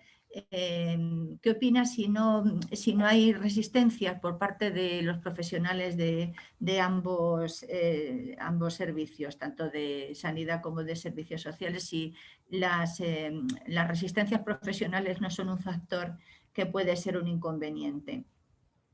Yo desde la FAS, que la seña de identidad que tenemos es la defensa de lo público, de los sistemas públicos de protección, a mí yo sí quería expresaros la preocupación de que se corre el peligro al hablar de atención sociosanitaria, de que se entienda por esto la creación de un nuevo sistema y que ya nazca fuertemente privatizado, ¿no? Y que se venda como sistema integrador y más sostenible, porque de esto experiencias ya tenemos. La diferencia es que ahora, si lo que ha fallado ha sido la parte sanitaria, digamos, pues entonces pida más recursos a las administraciones públicas para aumentar lo que estamos llamando medicalización. ¿Qué opináis de este peligro?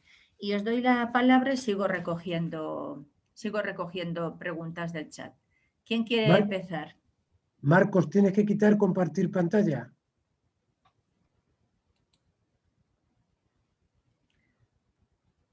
¿Queréis seguir por el mismo orden? ¿Empezaría Maribel? Y si no, pues Eduardo, que te veo ahí en la pantalla. Vale, a ver, ¿por dónde? Sí, la pregunta de... Hay varias, os lo digo por si queréis, además de las que ha hecho los compañeros, que han sido Sí. 2 hasta ahora, añadir vosotros lo que os parezca, Vale, porque sí, hay sí. tiempo. O sea, tenéis unos 5 minutos y luego ya retomamos. Un poco sobre el tema este de lo público-privado, espacio sanitario y las reticencias entre los profesionales de uno y otro sector. También hay preguntas sobre si hay por la parte del compromiso de las administraciones públicas. Voy a empezar por el tema de la, digamos, de la defensa de cada espacio profesional, ¿no? Yo creo que el tema de la cultura, para mí, que vengo trabajando esta historia, es muy importante, el tema de la cultura que impregna cada uno de los dos ámbitos, ¿no? O de los dos sectores es diferente y eso se nota y eso crea muchas resistencias. los profesionales de uno y otro ámbito para compartir. Entonces, probablemente ahí, aparte de, por supuesto, intentar, aunque sea de un punto de vista estratégico, igualar salarios, igualar o avanzar en una concepción social similar, etcétera, etcétera, yo creo que la cultura y el favorecer los encuentros entre profesionales de uno y otro ámbito va a mejorar o puede mejorar, al menos experiencias de eso hay. En la Comunidad Valenciana tenemos alguna y funciona bien. Formación conjunta, por ejemplo, en fin, todo esto funciona bastante. El tema de lo público y lo privado. Bien, a mí, yo creo que después de la experiencia que hemos vivido con Alcira en el País Valenciano, no tenemos dudas sobre esta historia de qué gestión es mejor o cómo afrontar el futuro. En cuanto a la colaboración público-privado, creo que cada vez está más claro que la invasión de lo privado, sobre todo con el ansia de hacerse hegemónico dentro de lo público, es negativa y desde luego no soy yo quien vaya a abogar por esa historia, pero lo que es una realidad incuestionable es que el ámbito social es mayoritariamente privado. O sea, revertir esto a lo público, en fin, no sé si algún día llegará dentro, ¿vale? Porque las tendencias no son en esa dirección, pero desde luego, si quisiera hacerse en el Estado español, eso costaría muchísimo dinero y hoy por hoy es imposible afrontar desde ninguna de las perspectivas.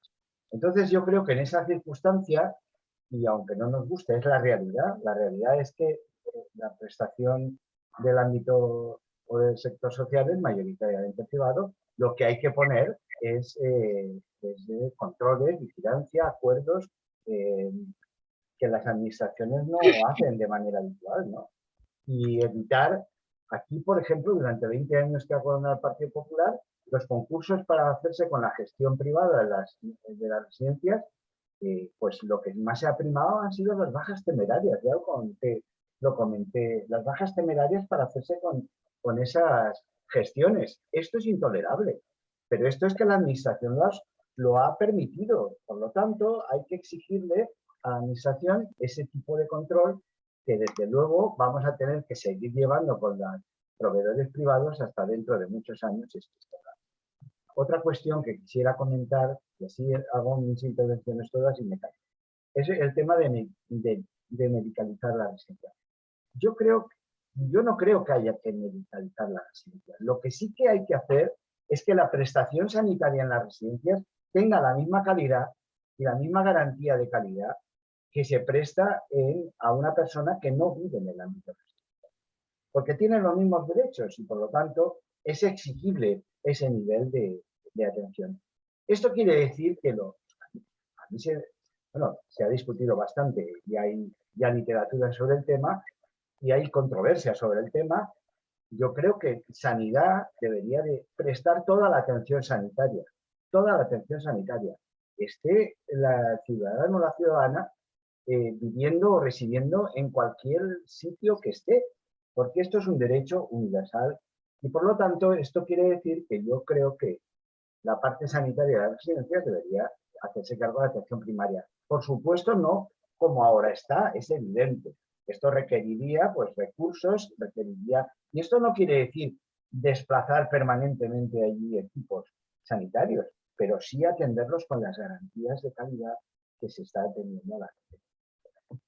Y esto quiere decir que también la atención primaria tiene que aumentar mucho, mucho, mucho el tema de la atención domiciliaria, que no lo hace, porque no tiene recursos, porque no hay cultura de desplazarse al terreno del otro, que en definitiva es el centro del sistema, pues probablemente esto es una cosa también a reflexionar y que entronca con esta historia de los corporativismos que necesariamente se desarrollan, que a veces son buenos, pero que muchas veces son nefastos para el tema de la coordinación y para el tema de centrarse en la atención a las personas.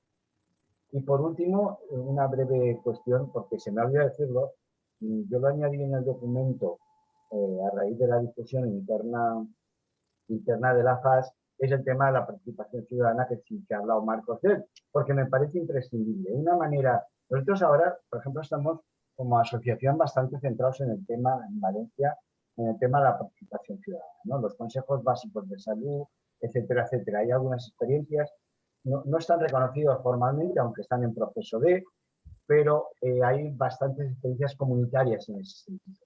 Nos parece una vía de aproximación al control del territorio de la zona de salud, donde se incluya la atención sociosanitaria de esa zona de salud y donde estén representadas estos dispositivos en ese Consejo de Salud de zona básica. Nos parece fundamental porque hacer partícipe a la propia comunidad de que esos recursos también son de la comunidad es importante. Por eso decimos que el modelo también se tiene que repensar en torno a servicios residenciales mucho más enclavados en el entorno.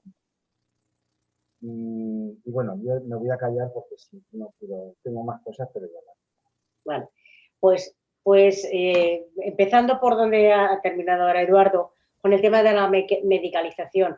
A ver, nosotros consideramos que en un momento crítico de pandemia como el que estuvimos, había que tomar una medida de esta naturaleza en la medida de lo posible para evitar pues mayores situaciones de fallecimientos, ¿no? Pero creemos que las residencias no se tienen que medicalizar. Una persona que vive en una residencia tendrá que tener acceso al servicio de salud pública, pues igual que lo tiene cualquiera que vivimos en nuestra casa, ¿no? Y es verdad que aquí la cuestión está en que el modelo hay que cambiarlo. Porque, como bien dices tú, ¿qué ha pasado con el tema de la ley de dependencia y con las residencias? Claro, es dónde estaba el dinero, dónde entra el mercado, dónde encuentra vías de aplicar criterios economicistas. Pero es que lo que estamos diciendo es que ese modelo, esas macroresidencias, esos macrocentros, no nos sirven. Y tendríamos que irnos a buscar y estratificar recursos más pequeños, de proximidad, donde además estemos trabajando con algo que es muy grandilocuente y que todo el mundo todo el mundo, desde el gobierno se pone la cabeza en ello, pero que esto es el tema del desarrollo de los ODS. Generemos desarrollo localizado y esto se hace con recursos más pequeños y de proximidad, donde generas empleo, donde facilitas y además la atención es más personalizada y más humanizada. Por tanto, claro, aquí se ha dejado en la parte de lo social, pues eso, que entren, pues eso, el mundo financiero, los fondos buitres y demás cuestiones. Con el matiz que también decías, Eduardo, claro, ¿cómo es posible que desde la administración el criterio de bajada de precios, que son temerarios, eso va directamente, frontalmente en contra con la calidad en la atención, con unas mínimas garantías a los profesionales que están haciendo esa atención? Claro, aquí los salarios son lo que son, no se cumplen ni los convenios de los sectores. Entonces, claro, se dan una serie de circunstancias que efectivamente hay que poner en cuestión. Y entre público y privado, pues claro, a ver, nosotros somos claramente defensores de lo público, esto está claramente así. Bien, que si la iniciativa privada tiene que formar parte porque creemos que es un avance, a la iniciativa privada habrá que controlarla y no se le podrá permitir. O sea, desde la administración pública estamos diciendo que creemos en lo público, pero ahora viene el mundo de las grandes empresas y permitimos desde lo público hacer esto. Es decir, que hay elementos y hay instrumentos para que esto no sea así. Pero aquí hay otro elemento y otra cuestión que hay que poner en la discusión y es el tema de los impuestos. Es esto. Y entonces, pues no paguemos impuestos, ¿para qué? Y entonces, mejor esta política neoliberal del sálvese quien pueda, yo tengo, yo puedo. No, hemos visto en esta situación de crisis que esto no nos vale. Esto no nos vale.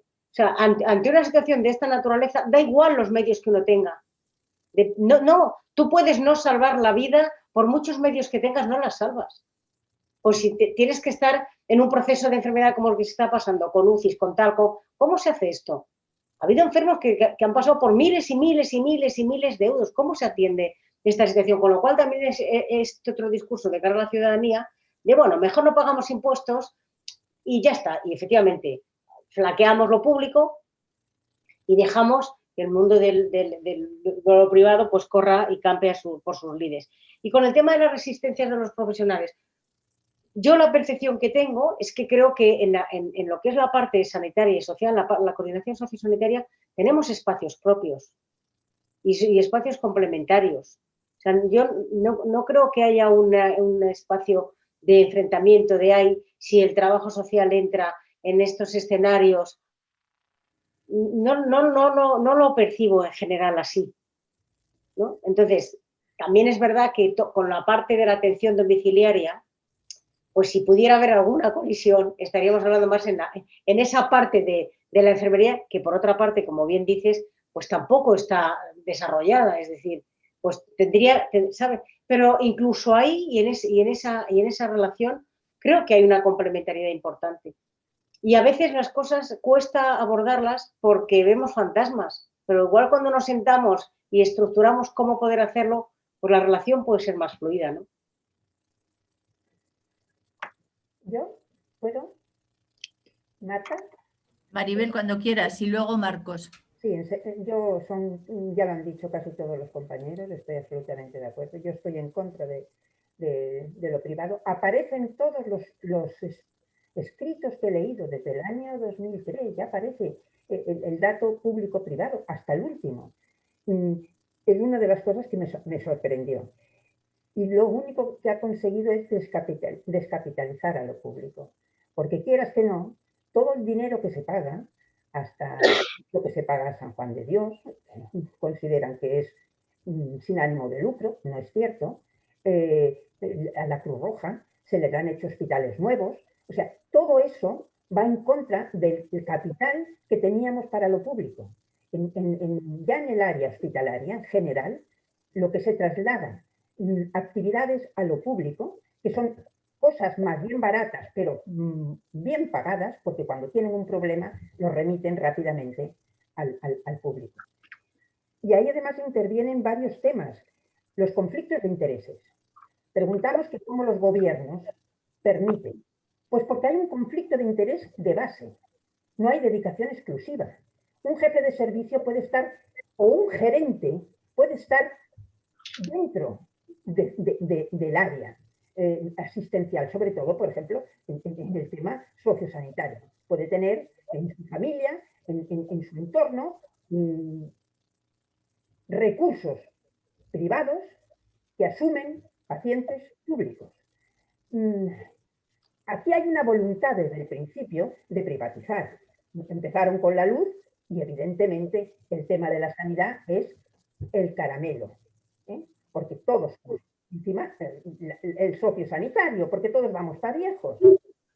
Quiero decir que hay temas que no solamente son, evidentemente hay que cambiar la estructura, pero hay que cambiar la mentalidad y hablar claro, Aquí no hay una voluntad política. Estoy convencida de que no hay una voluntad política. Bien. Por otro lado, otra cosa nada más. ¿Qué pasa con el nuevo modelo de atención primaria? ¿Creéis que van a ir a los domicilios si nos tienen absolutamente desatendidos? Es la puerta de entrada, es la puerta de que identifica las necesidades de los pacientes, junto con vuestro trabajo como trabajadoras sociales. Es la puerta. No tienen casi trabajadoras sociales, yo te estoy hablando de aquí.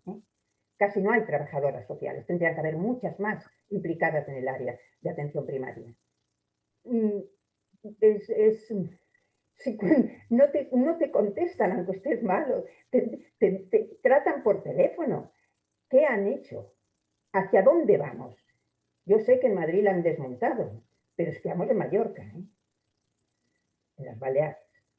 No sé, quizás es una exageración, pero es una evidencia vivida y transmitida de la población. Muchas gracias, Maribel. Bueno, pues cuando quieras, ya solo faltaba Marcos. Vale, voy rápido. Como yo he sacado lo de la colaboración público y privada, no, vamos a ver, que quede claro que yo no estoy por estas historias. Simplemente que me preocupa el marco general en el que se están dando las cosas y se van a dar. Es decir, que yo puedo estar por la distribución equitativa mundial de los bienes, pero no parece que por ahí van las cosas, ¿verdad? Y me parece que va a ser mucho más difícil, estoy hablando más de lo social, que es lo que conozco algo, en el momento en el que nos viene todos los fondos famosos del plan Marshall de Marras. ¿Qué quiero decir con esto? Que va a ser muy complicado oponerte como principio, por supuesto, y deseable, ¿no?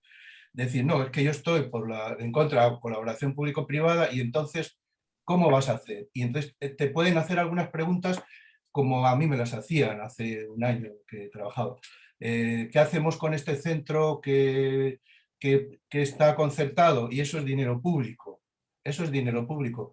¿Quién lo gestiona? Pues el manirroto que está con que depende del consorcio del director del Real Madrid. Bueno, todas estas historias que sabéis. Es decir, no tenemos mucha opción a esconder la cabeza en el debate. A tener principios, yo creo que sí, me reafirmo en ellos.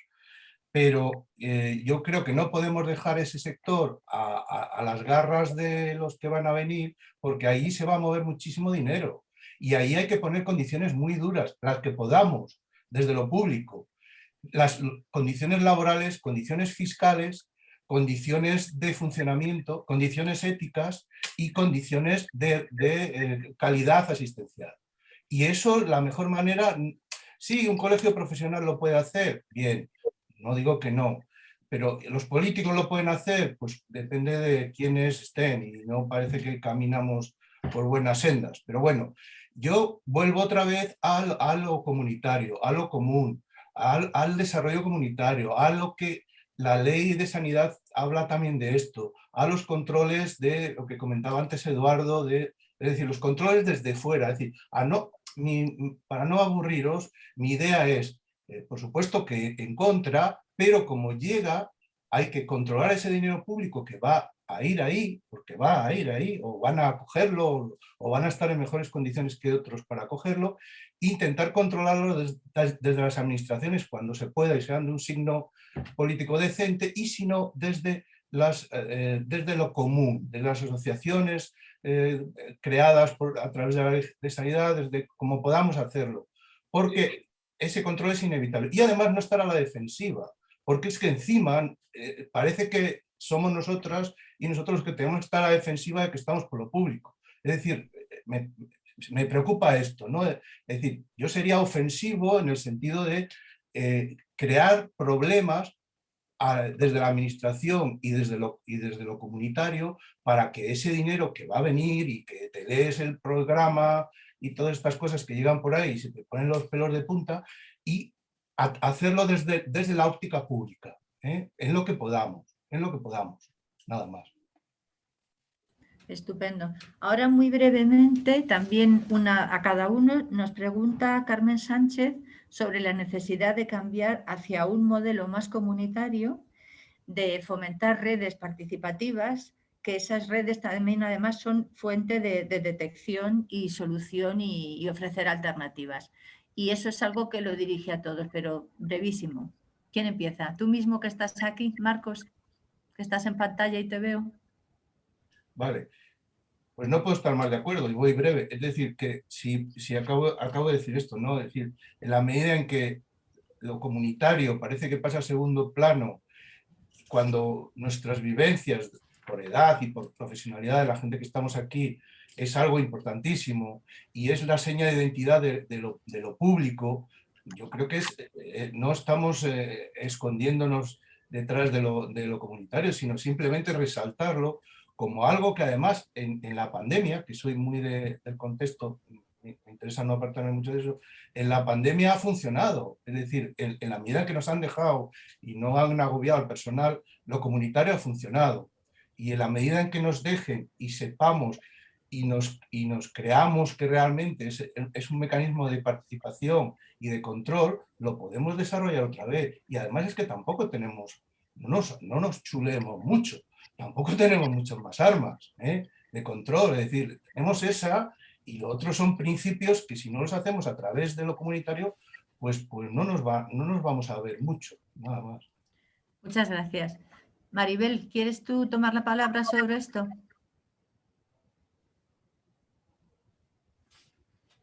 Emi, que te veo que estás abierta. Venga, Maribel. Sobre esto, muy brevemente, que ya vamos mal de hora. Durante la pandemia, las redes sociales han sido lo que han sustituido en parte a las necesidades que he planteado en mi intervención. sobre todo ayudando a las familias, a las personas solas y demás.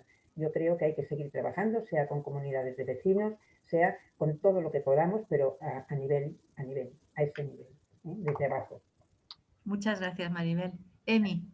Pues bueno, yo suscribo lo que han dicho los compañeros, pero yo creo que además lo comunitario, más allá de que sea la única opción, es que yo creo que si incorporamos el análisis económico al respecto, yo creo que lo comunitario es más eficiente, más eficaz y más rentable socialmente. Lo que pasa es que tenemos que cambiar el modelo, pero claramente poner en valor el compromiso, la participación y la proximidad en el desarrollo de estas políticas es fundamental. Muy bien, muchas gracias. Eduardo, cuando quieras. Sí, pues yo voy a disentir de mis compañeras y compañeros. Eso está bien, que estabais todos muy de acuerdo hasta ahora. Sí, no tenemos debate. Y ahora al final. Esto no puede ser. Probablemente haya más puntos de unión que de divergencia, pero quiero expresar. Yo creo que la participación comunitaria, la intervención de la comunidad en la pandemia ha sido una de las grandes víctimas, desde mi punto de vista. O sea, porque proyectos que había y que se habían iniciado pre-pandemia comunitarios, yo de hecho he participado como miembro del Consejo Valenciano de Personas Mayores en uno muy bonito y muy interesante en un barrio de aquí de Valencia, que era contra la soledad. Nos centramos en personas mayores, pero era soledad en general y que estaba funcionando muy bien, con una red de apoyo social, con todas las organizaciones. Bueno, la pandemia, el confinamiento inicial y el posterior, bueno, pues precauciones que hay que tomar con respecto a la distancia social, todas estas cuestiones han hecho que en general la participación ciudadana, de hecho el proyecto este que os cuento ha desaparecido, simplemente llevábamos un año trabajando y prácticamente ha desaparecido con la pandemia. O sea que yo creo que la participación comunitaria no ha sido. Se han creado pequeñas redes en sitios muy concretos de apoyo mutuo que han funcionado bien, pero yo creo que en general la participación comunitaria se ha resentido mucho. Y además ha servido de excusa a los gobiernos que no les interesa. La mayoría de los gobiernos, sean del signo que sea, lo de la participación comunitaria no les interesa mucho, seamos sinceros. No les hace mucha gracia porque muchas veces cuestionan las propias decisiones que esos gobiernos toman. Pero hay algunos que son muchísimo más reticentes a esa participación comunitaria. Y desde luego, durante esta pandemia, ha sido la excusa perfecta para pasar absolutamente de nosotros. Y lo digo en conocimiento de causa. Yo soy miembro del Consejo Valenciano de Personas Mayores, que es un órgano institucional asesor de la Generalitat Valenciana, y en la pandemia no nos han reunido ni un solo día. Ni nos hemos reunido. Bueno, nos hemos reunido a pesar del esfuerzo. Pero esto es así. Lo que pasa es que estoy de acuerdo, y esta es la segunda parte de mi intervención, con lo que decís, que el modelo tiene que basarse en ese tema. Lo que pasa es que los proyectos de salud comunitaria o los proyectos comunitarios son muy complicados, son difíciles. No olvidemos que vivimos en una sociedad donde el neoliberalismo ha plantado simiente, pero hasta límites insospechados, con lo cual recuperar otra vez toda la cultura de lo público, de la cultura de lo común como nuestro, no es fácil. Y por lo tanto creo que sí que es el camino, pero habrá que trabajar intensamente. Efectivamente, muchas gracias. Bueno, pues como yo le voy a dejar antes de cerrar un tiempo a Marciano Sánchez Baile para que cierre también las jornadas, pues aprovecho también para despedir la mesa. Creo que se han aportado muchos elementos de debate porque este es un tema que, pues que tiene muchas aristas, mucho que ver, no hay soluciones infalibles, habrá que ir pegado al territorio y en cada sitio, pero desde luego es necesario un impulso de las administraciones para que dejemos de mirarnos y ir en paralelo, sino trabajar en conjunto desde ambos sistemas por las necesidades de las personas. Como decís, esto lo volcaremos después en un documento y se hará, pues yo creo que es importante que este debate esté ahí para que no volvamos a cometer los mismos errores que dramáticamente les han costado la vida a tantas personas durante la pandemia. Y también aprovecho para recoger el llamamiento que nos hacía Emiliana, la presidenta del Consejo General del Trabajo Social, y apoyar efectivamente, como no puede ser de otra manera, el reconocimiento del trabajo social como profesión sanitaria también, dentro de lo que entendemos como la salud como hecho biopsicosocial. No puede ser que a la hora de la verdad dejemos lo social para otro día, para otro sector. Creo que es parte integral de la salud.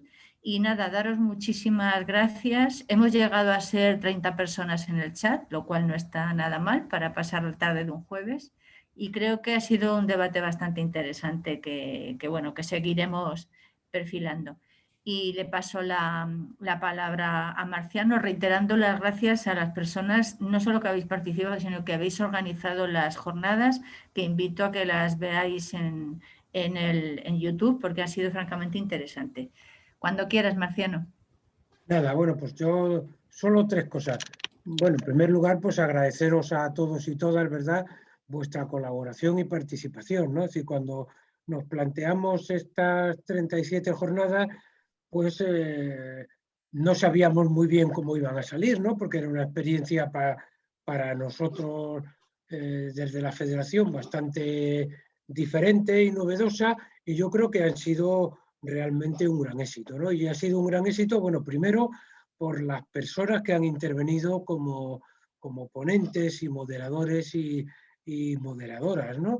Que yo creo que lo han hecho de una manera pues difícilmente mejorable, ¿no?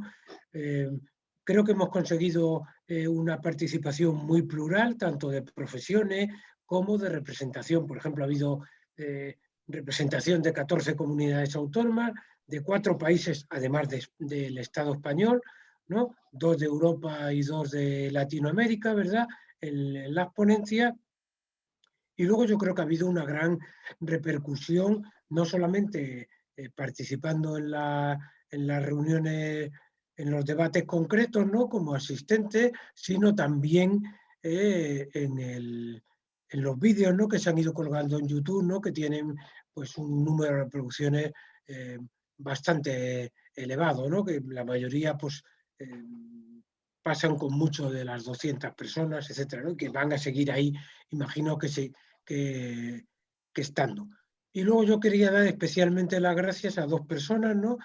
Una ha sido Madalina, ¿no?, que ha intervenido de una manera muy activa en la organización y en el funcionamiento técnico, ¿no?, que sin ella seguramente esto habría sido imposible, ¿no? Y luego también a Sergio, ¿no?, que también ha colaborado muy activamente en las últimas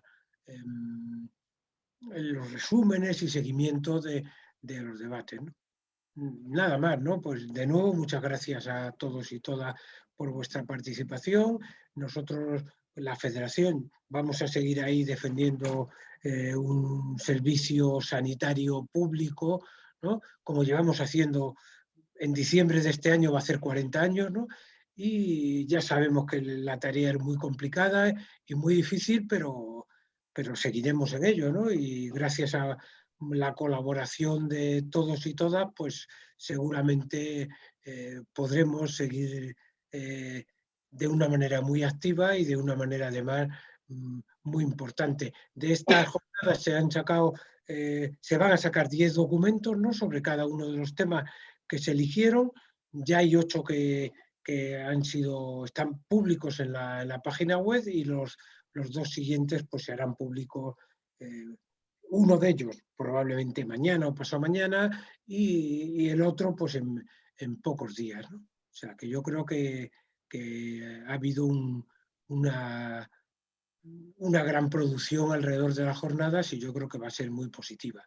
De nuevo, gracias a vosotras y a vosotros, ¿no? Y bueno, pues aprovecho pues para esperar que podamos seguir colaborando durante mucho tiempo, siempre para defender la sanidad pública en este país y en el conjunto de los países del mundo, ¿no? Porque la sanidad pública y la salud no son un problema de una comunidad autónoma, no son un problema de un país, sino que son un problema del conjunto de la humanidad, ¿no? Como se está viendo todos los días, ¿no?